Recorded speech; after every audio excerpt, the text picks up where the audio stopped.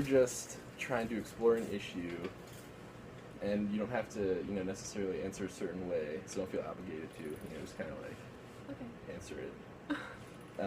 And for starters, what is, like, you just tell me, like, your name and, like, what you do, what is your major, all that good stuff. Yes, my name is Jessica. I am a biochemistry and MCDB major.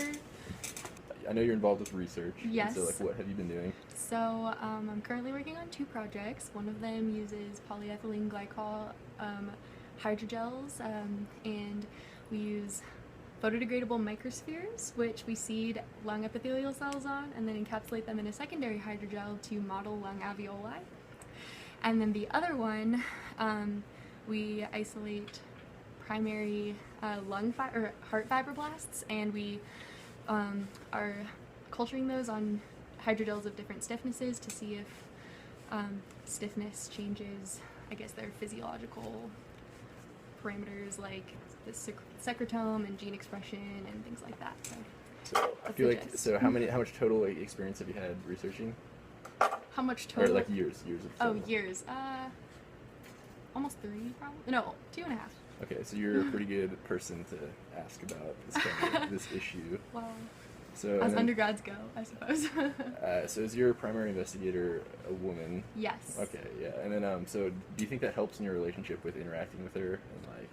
Yeah, well, I've actually been really lucky, and all 3 of the PIs that I've worked with have been women, which has been really great for me, I think, because I know in other fields of science, a lot of the time, they're very male-dominated, and I think it's nice, I don't know, to have someone to sort of look up to in that way, where you can, like, really identify with them personally, rather than, just having an entirely male-dominated environment, which I know a lot of my friends, that's what they're doing. So you have, like, seen that throughout your career so far? Like, it has been kind of like some of the labs, I'd say, it's like a male primary investigator, then it's kind of like a male-oriented lab.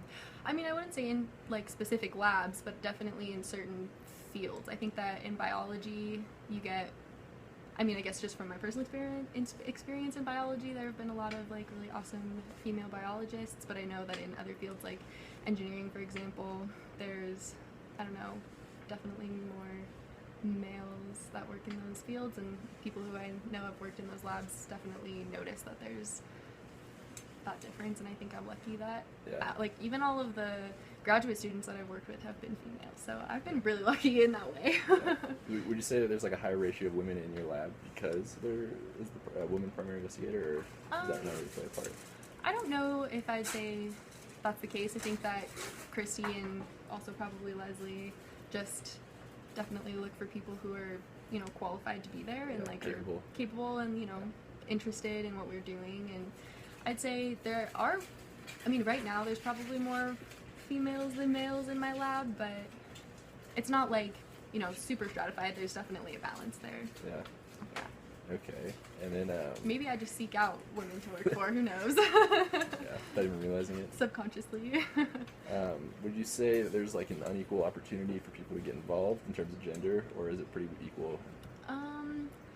I don't necessarily think that there's an unequal opportunity, but I think that it's sometimes less likely for a female to maybe, like, step up and put themselves out there, just because, I don't know, I feel like maybe if they don't see as many women in that field, or see as many women in that lab, they might not feel like, I don't know, as comfortable going and, asserting themselves. Yeah, exactly. So I think it definitely depends on the person. I don't think that anybody would tell you no just because you're a girl, but I definitely think that if you see people like yourself, and I think that that's the case for not only, like, gender, but also, race or something like that.